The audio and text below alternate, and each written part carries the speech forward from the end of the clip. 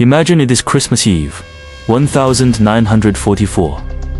You are 12 years old, freezing, hiding in a tiny wooden cabin deep in the Hürtgen Forest. Outside, the Battle of the Bulge is raging. The air smells of pine, sulfur, and death. Suddenly, a violent knock rattles the wooden door. You open it. Standing in the blinding blizzard are three heavily armed soldiers. Their uniforms are unmistakable. They are the enemy. They are Americans. And hiding them in Nazi Germany carries an immediate, non-negotiable death sentence. Your mother has a choice that will take less than 3 seconds. Turn them away to freeze to death, or open the door and risk the firing squad.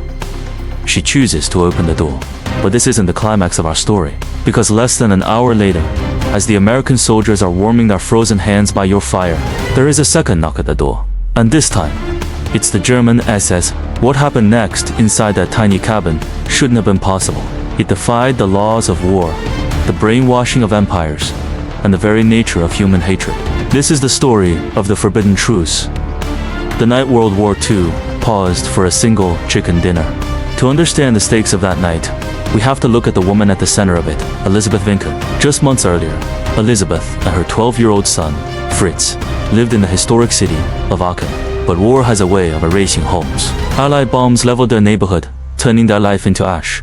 Elizabeth's husband, a civil defense worker, managed to send his family away to a small, isolated hunting cabin in the Hürtgen Forest. He hoped the dense canopy of trees would shield his wife and child from the relentless air raids. He promised he would try to join them for Christmas. By December 24th, the forest had become an icy purgatory. The Battle of the Bulge was screaming just miles away. The ground shook from artillery. Fritz and his mother sat alone by a small stove.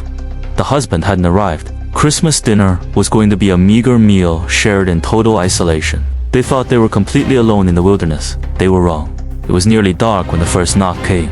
Fritz went to the door, expecting his father. Instead, when he pulled the heavy latch, the cold air rushed in along with 2 men in olive-draped coats, and the third lying face down in the crimson-stained snow.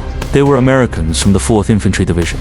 They had been separated from their unit, lost in the freezing labyrinth of the forest for days, fleeing the German counteroffensive. One of them was shot badly through the thigh. They were young, terrified, and literal steps away from death. Elizabeth Winken knew the law. The Nazi regime executed anyone who aided the Allies. But Elizabeth didn't see combatants. She saw boys. Boys who had mothers thousands of miles away praying for their safety. In a language they couldn't understand, she spoke with absolute warmth. She ordered Fritz to help bring the wounded man inside. They laid him on her own bed. She broke out her prized possession, a fat rooster she had been fattening up for her husband's return, named Herman, and started cooking a soup. The Americans, speaking broken French, thanked her with tears in their eyes. For a brief moment, the cabin felt safe. And then, the second knock. The room turned to ice. The American soldiers, despite their exhaustion, instantly drew their weapons. Fritz paralyzed with fear. Elizabeth walked to the door, opened it, and her heart stopped. 4 German soldiers stood there, a sergeant and 3 very young recruits. They were lost too. They were freezing. The sergeant wished her a polite Freiliche, knocked a Merry Christmas and asked if they could rest until morning. Elizabeth looked past the sergeant's shoulder. If they walked in, they would see the Americans. A gunfight would erupt in her living room. Her son would die. She would die. Everyone would die. So, this ordinary German mother did something extraordinary. She looked the heavily armed German sergeant dead in the eye and said, "We have other guests here, whom you would not consider friends." The sergeant's hand dropped straight to his holster. "Who is inside?" "Americans?" he demanded. Elizabeth stepped forward, physically blocking the doorway. "Listen to me," she said, her voice shaking but filled with an undeniable authority. "This is Christmas Eve. There will be no killing here, not under my roof."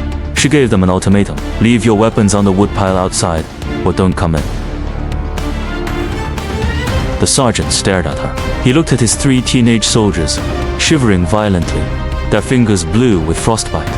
He looked at the smoke rising from the chimney, smelling the roasted chicken. For a long, agonizing 10 seconds, the fate of 9 lives hung in the balance. Then, the sergeant unbuckled his belt. He laid his pistol on the woodpile. The other 3 followed suit.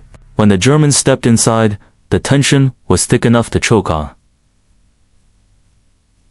The Americans watched them like hawks, but Elizabeth was having none of it. She took the Germans' coats, made them sit down, and went right back to cooking. Humanity has a strange way of breaking through armor when food is involved. One of the German soldiers had been a medical student. He looked over at the bleeding American on the bed. Without a word, he went over, opened his medical kit, and began examining the enemy's wound. He cleaned it, bandaged it, and explained in English that the cold had actually saved the man from bleeding to death. When dinner was served, 9 people sat around a tiny table meant for 3. There weren't enough chairs, there weren't enough forks, but there was enough grace. The German sergeant pulled a bottle of red wine from his pack. An American produced a loaf of rye bread. Before they ate, Elizabeth Winken said grace. Fritz later recalled that there were tears in the eyes of these hardened combatants. The German boys were only 16 or 17. The Americans weren't much older. Just hours ago, they were trying to blow each other's heads off. Now, they were weeping over potato soup. Before the night ended, one of the soldiers started humming. Then another joined. Soon, the cabin was filled with the sound of Silent Night. The Americans sang it in English. The Germans sang it in German. The melodies intertwined, rising above the snow, louder than the artillery echoing over the ridge. The next morning, Christmas Day, the illusion had to break. The war was still waiting for them. But the men who woke up on that cabin floor were not the same men who had knocked on the door the night before. The German sergeant looked at the Americans' map. He pointed out the German lines, warned them exactly which sectors to avoid, and gave them a compass to find their way back to the American lines. Elizabeth returned their weapons from the woodpile. The opposing soldiers stood in the snow, looked at each other, and shook hands. No shots were fired. No prisoners were taken. They simply walked away in opposite directions, disappearing into the white fog of the Hürtgen Forest. For decades, this story sounded like a myth, a fairy tale told to make war look beautiful. But it was entirely real.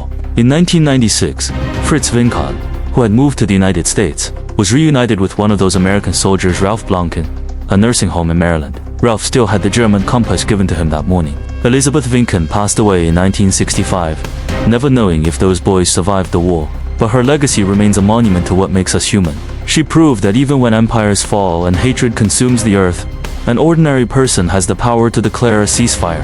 If this story touched your heart and reminded you that light can shine in the absolute darkest places, please hit that subscribe button. Give this video a thumbs up and share it with someone who needs a little hope today. Let me know in the comments below. What would you have done if you were the one who answered that door? Thank you for watching. And remember, even in the coldest winter, humanity can keep us warm. See you in the next video.